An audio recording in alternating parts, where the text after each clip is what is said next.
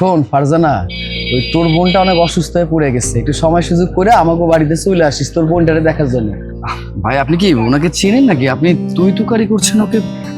এই ছোট লোকের বাচ্চা, সামান্য রিকশাওয়ালা হয়ে তুই আমাকে তুই তো করে করতেছিস? তোর সাহস হয় কিভাবে? আচ্ছা আচ্ছা, ঠিক আছে ঠিক আছে, আমি ভুলে তুই করে ফেলছি। ফারজানা, কইছিলাম কি, মানে তোমার বোনটা অনেক অসুস্থ হয়ে পড়ে গেছে, তুমি যদি সময় সুযোগ করে আমাকে বাড়িতে আইতা। তোমার তো বোন নাকি? বোন? কিসের বোন? আমার কোনো বোন নাই। চলো তো।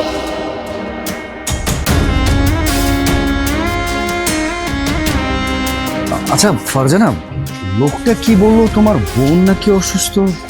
আরে ধুর, কিসের বোন? আমার কোনো বোন টোন নাই। শোনো, এই সমস্ত রিকশাওয়ালারা না নাটকবাজি করে অনেক কথা বলে, এদের কথা বিশ্বাস করো না। আর তাছাড়া তাড়াতাড়ি চলো, হসপিটালে আমার অনেক পেশেন্ট আছে, তাদেরকে দেখতে হবে। চলো তো চলো। তারপরও লোকটা এইভাবে বললো,